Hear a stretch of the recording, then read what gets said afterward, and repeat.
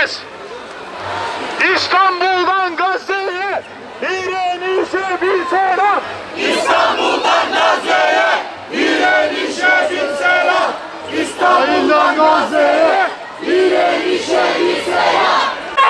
بالروح بالدم نفديك يا أقصى بالروح بالدم نفديك يا أقصى فلسطين نابل قاتل إسرائيل فلسطين نابل قاتل ليست انتفاضة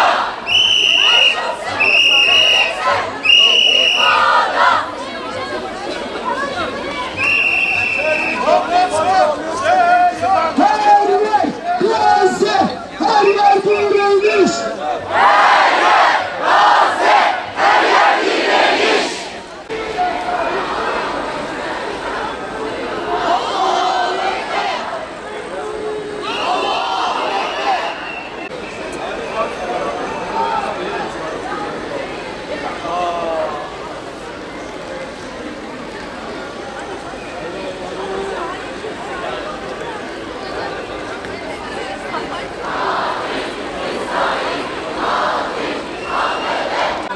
Birazdan farklı dillerde basın bildirimizi bir dünya Gazze olarak Gazze'ye ulaştırırız. Fire now dediler. Sadece ateşkes istediler. Sadece çocuklar ve siviller ölmesin dedikleri için Harvard Üniversitesi rektörünü görevden aldıkları gibi öğrenciler sokaklarda, bahçelerde, meydanlarda sadece bir cümle kurdular. Nehirden denize özgür Filistin diyoruz. Rica ediyorum hep birlikte. Nehirden denize özgür Filistin. Nehirden denize özgür Filistin. Nehirden denize özgür Filistin. Nehirden denize özgür Filistin.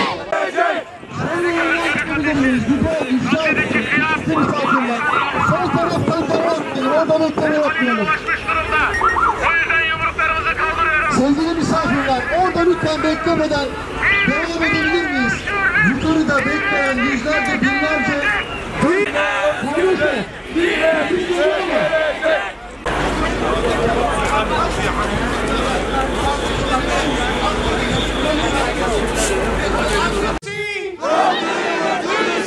Palestine will be free. Palestine will be free. Gaza will be free. Gaza will be free. Palestine will be free. Palestine will be free. Asya ile Avrupa'nın birleştiği İstanbul'da, Eminönü Meydanı'nda, burada bir araya geldik. Bugün dünyanın dört bir yanında milyonlarca insan şehir meydanlarında Gazze için bir araya geldi. Gazze'de devam eden insan hakları ihlallerine karşı bir duruş sergilemek, masum insanların yaşadığı zorluklara dikkat çekmek ve dünya kamuoyunu bilinçlendirmek için şehir meydanlarında toplandık. Meydanlarda toplandık, sokaklarda toplandık. Bir dünya Gazze olduk. Olmaya devam edeceğiz. Bu anlamlı günde Gazze'de yaşanan soykırıma dikkatleri bir kez daha çekiyor. Uluslararası toplumu inisiyatif almaya davet ediyoruz. Bu yürüyüş sadece birkaç kilometrelik bir mesafeden ibaret görünebilir. Asıl amacımız, asıl büyük amacımız binlerce kilometre yürüyerek Gazze'ye gitmeye hazır olduğumuzu ifade etmektir. Allahu Ekber! Tekbir! Allahu Ekber! Tekbir! Allahu Ekber! Tekbir! Allahu Ekber! Bu amacımızın getirdiği güçlüklerin farkındayız. Bu yolda elimizden geleni değil, yapılması gerekeni yapmaya devam edeceğiz. Gazze'de yaşanan ve insanlığın vicdanında derin izler bırakan acı gerçeği bir kez daha dünya gündemine taşımak için uluslararası toplumu harekete geçmeye davet ediyoruz.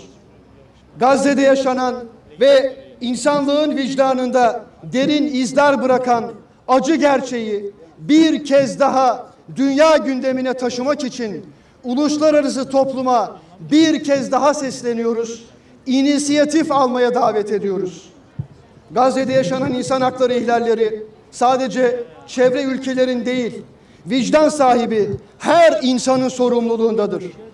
Uluslararası toplum olarak bu zulme dur demek ve Gazze halkına destek olmak için bir araya geliyoruz, gelmeye devam edeceğiz. Bu bağlamda taleplerimiz şunlardır. Önemle, dikkatle bir kez daha, 1000 kez daha, milyonlarca kalp olarak bir kez daha dile getiriyoruz, kaydediyoruz. Derhal ama derhal ateşkesin gerçekleşmesi ve bu soykırıma son verilmesi, insan haklarına saygı gösterilerek Gazze'deki masum sivillerin korunması, uluslararası toplumun Gazze halkına yardım ve destek sağlamak için etkili adımlar atması, atmaya çalışması, adımlar atmak için bütün kapıları, bütün imkanları, bütün ihtimalleri zorlamaya devam etmesi. Biz devam edeceğiz sizlerle birlikte. İşgalci İsrail'in, soykırımcı İsrail'in Uluslararası Adalet Divanı'nda soykırım suçuyla yargılanması, Filistinlilerin yaşam haklarının ve işgal edilen topraklarının teslim edilmesi, Mescid-i Aksa'nın özgürlüğe kavuşması. Bizler İstanbul'da ve bir dünya Gazze haritasında dünyanın her yerindeki yüz binler olarak bir araya geldik. Bizler bir araya geldik ve bu sesi yükseltiyoruz, yükseltmeye devam edeceğiz. Gazze'deki bu tarifsiz acıyı, bu sonsuz acıyı dünyaya duyuruyoruz. Bu açıklamamız bu konuda bir şeyler söylemiş olmaktan öte insan olmanın gereğidir. Nehirden denize, özgür oluncaya dek Gazze halkının yanında durmaya devam edeceğiz. Bu mücadelede bizlere destek olan tüm kurumlara, her bir kuruma ve sivil toplum örgütlerine tek tek her birinize, sevgili insan kardeşlerimize gönülden teşekkür ediyoruz. Milyonlarca teşekkür ediyoruz. Saygılarımızla küresel intifada, küresel eylem günündeki inisiyatif alan milyonlar adına çok teşekkür ediyoruz.